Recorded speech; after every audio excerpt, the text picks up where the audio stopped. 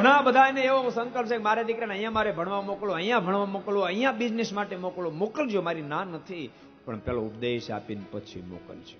ઉપદેશ આપીને મોકલજો. બેટા જોજે, તો અમેરિકા ભણવા જાશો, ઓસ્ટ્રેલિયા, ન્યુઝીલેન્ડ, ઇંગ્લેન્ડ, જર્મન તો ભણવા જાશો, પણ જોજે ભણવા જાશો, પણ આપણી સંસ્કૃતિ અને આપણા સંસ્કારને વેચવા માટે નથી જાતો. એ વાતને તું જિંદગીમાં ક્યારે ભૂલીશ નહીં. એ ધરતી પર ગયા પછી પણ જિંદગીમાં દારૂ પીશ નહીં, મીઠ ખાઈશ નહીં, વ્યભિચારના પથે કદી જિંદગીમાં જાઈશ નહીં. પ્રત્યેક મા બાપ પોતાના સંતાનને દૂર મોકલતા પહેલા પાસે બેસાડીને બે શબ્દો ઉપદેશ ના કહે. ભક્તો, આ તો બધા વૈરાગી છે ને, વૈરાગી કોઈ પણ ગમે ત્યાં મોકલવા હોય ને તો પહેલે પાસે બેસાડી એને 5 શબ્દ કહેવામાં આવે ને પછી એને મોકલવામાં આવે.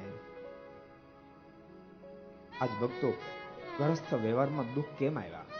સાચું કહું, સંપત્તિની જેટલી ચિંતા છે એના કરતા સંતાનોની જાજી છે કે છોકરાને ભણાવું તો છું પણ પછી મારો રહેશે કેમ, પ્રશ્નાર્થ આવી ઉભો રહે. પ્રત્યેક ગ્રસ્તની ચિંતા છે, પ્રત્યેક ગ્રસ્તની.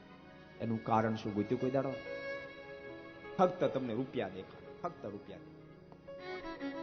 ભક્તો, જીવન જીવવા માટે રૂપિયા જરૂરી છે, પણ જોજો ધનને તમે એટલું બધું પ્રધાન નહીં બનાવી દેશો કે તમને તમારા છોકરાની અંદર સંસ્કાર રેડવાનો ટાઈમ ન મળે.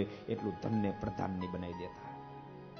રૂપિયાની પાછળ બધા ગાંડા નહીં થઈ જતા, ગાંડા નહીં થઈ જતા.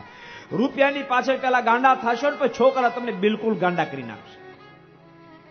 માટે મહેરબાની કરી, ધન વિના વ્યવહાર નથી ચાલતો, પરંતુ તેમ છતાંય સંસ્કારને પ્રથમ પ્રાધાન્યતા આપજો, પછી ધનનો વિચાર કરજો. ઘણી ફેરી ભક્તો એટલા બધા ગ્રસ્તો ધનની પાછળ પાગલ થઈ જાય, પોતાના છોકરાને કોઈ દી પાસે બેસાડીને 2 શબ્દ ન કહેવાય, પાસે બેસાડીને 2 શબ્દ ન કહેતા. અને પછી કપાતર થાય, પછી કે કોણ જાણે ક્યાંથી કપાતર પાક્યો? તમારી ભૂલનું આ પરિણામ છે, તમારી ભૂલનું પરિણામ. સાચું કોઈ ભક્તો એક વાત સમજી રાખજો, જો આ લોક બધો નાશવંત છે, આ બધો સંબંધ છે બધો મિથ્યા છે, એ સંબંધ નિત્ય નથી રહેવાનો વાત 1000% છે. તેમ છતાંય બરાબર જીવમાં ઉતારશો. ગ્રસ્ત ભક્તો પોતાના સંતાનો સાથે વાત્સલ્ય ભાવ કેળવતા છે. તમારે સંસારમાં રહેવું છે તો વાત્સલ્ય ભાવ કેળવશો. તમારા સંતાનો સાથે પ્રેમનો નાતો બાંધજો, સમજી બુજીને બાંધજો. કે અંત્યા નથી રહેવાનો, તેમ છતાં એવો નાતો બાંધજો કે એ કદાચ ગમે ત્યાં દુનિયાને છેડે જાય અને એને ખોટું પગલું ભરવાનો સંકલ્પ થાય, એ વખતે તમારો પ્રેમ આડો આવે અને એને ખોટું પગલું ભરતા રોકે એટલો પ્રેમનો નાતો બાંધજો.